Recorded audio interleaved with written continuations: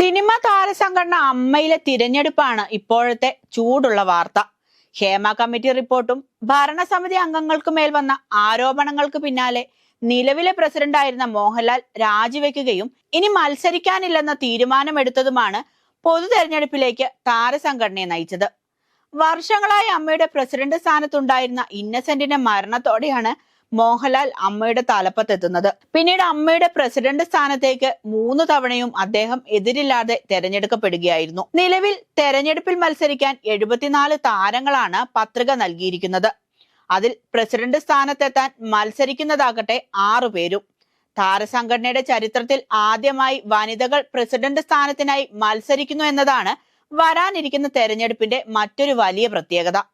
Hema committee റിപ്പോർട്ടിൽ ചില വനിതാ താരങ്ങൾ സിനിമാ മേഖലയിൽ പുരുഷാധിപത്യം ഉണ്ടെന്നും സ്ത്രീകൾ പലതും നേരിടേണ്ടി വന്നിട്ടുണ്ടെന്ന തരത്തിലുള്ള റിപ്പോർട്ടുകൾ നൽകിയിരുന്നതായി പറയപ്പെടുന്നു. എന്നാൽ സർക്കാർ റിപ്പോർട്ടിന് പിന്നാലെ പോകേണ്ടെന്നും ഹേമ കമ്മിറ്റി റിപ്പോർട്ട് പുറത്തുവിടുന്നില്ലെന്നും തീരുമാനമെടുത്തു. ഹേമ കമ്മിറ്റി റിപ്പോർട്ട് തൊടുത്തുവിട്ട അമ്പ് താരസംഘടനയിൽ പുകഞ്ഞുകൊണ്ടേയിരുന്നു. അത് പതിയെ പതിയെ പല താരങ്ങളുടെയും പേരുകളിലേക്ക് ലൈംഗിക ആരോപണങ്ങളടക്കം പുറത്തു വരുന്നതിലേക്കും എത്തിച്ചു കാര്യങ്ങൾ.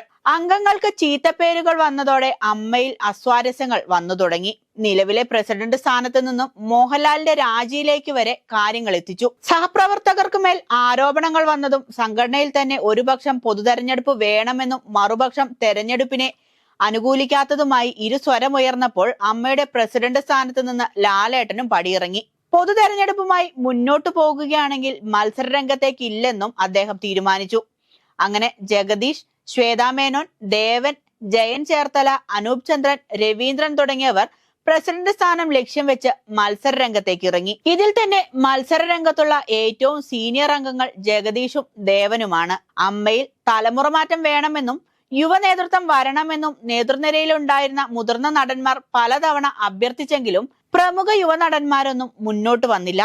അതിനിടയിൽ നടൻ വിജയരാഘവൻ പ്രസിഡന്റ് സ്ഥാനത്തേക്ക് മത്സരിക്കുമെന്ന തരത്തിലുള്ള വാർത്തകൾ വന്നിരുന്നു. പക്ഷെ അദ്ദേഹം നാമനിർദ്ദേശ പത്രിക സമർപ്പിക്കാനോ മത്സരത്തിന് സന്നദ്ധ അറിയിക്കാനോ നിന്നില്ല. സിനിമയിലും രാഷ്ട്രീയത്തിലാണെങ്കിലും തന്റെ നിലപാട് കൊണ്ട് വേറിട്ടു നിൽക്കുന്ന ജോയ് മാത്യു പ്രസിഡന്റ് സ്ഥാനത്തേക്ക് മത്സരിക്കാൻ തയ്യാറായി രംഗത്തെത്തിയെങ്കിലും അവസാനം പത്രിക തള്ളി. ജഗദീഷ് മത്സരിക്കുന്ന സാഹചര്യത്തിൽ വിട്ടുനിൽക്കാൻ തീരുമാനിച്ചതിനാലാണ് നാമനിർദ്ദേശ പത്രികയിലെ ഡിക്ലറേഷൻ ഒപ്പിടാതിരുന്നതെന്നും അതാണ് പത്രിക തള്ളിയതെന്നുമാണ് ജോയ് മാത്യുവുമായി അടുത്ത കേന്ദ്രങ്ങൾ പറയുന്നത്.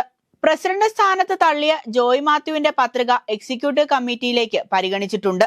ഒന്നല്ലെങ്കിൽ മറ്റൊന്നെന്ന നിലയ്ക്കാണെന്ന് തോന്നുന്നു. അനൂപ് ചന്ദ്രനും ജയൻ ചേർത്തലയും രവീന്ദ്രനും എല്ലാ സ്ഥാനങ്ങളിലേക്കും പത്രിക നൽകിയിട്ടുണ്ട്. നടൻ ബാബുരാജാണ് ജനറൽ സെക്രട്ടറി സ്ഥാനത്തേക്ക് പത്രിക നൽകിയിരിക്കുന്നത്. പ്രസിഡന്റ് സ്ഥാനം കഴിഞ്ഞാൽ പിന്നീട് ശക്തമായ മത്സരം നടക്കുന്നത് വൈസ് പ്രസിഡന്റ് സ്ഥാനത്തേക്കാണ്.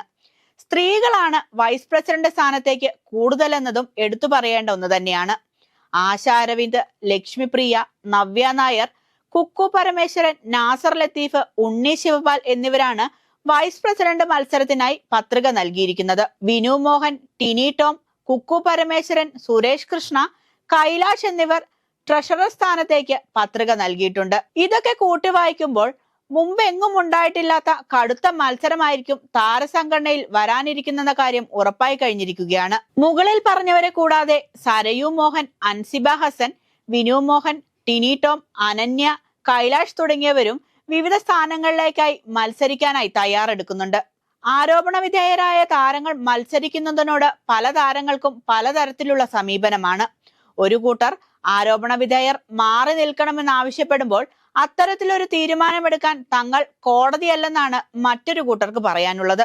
എന്തൊക്കെയായാലും എല്ലാവരും നോക്കിയിരിക്കുന്ന ഒന്നു തന്നെയായിരിക്കും താരസംഘടനയിലെ തെരഞ്ഞെടുപ്പ് എന്നതിൽ തർക്കമില്ല.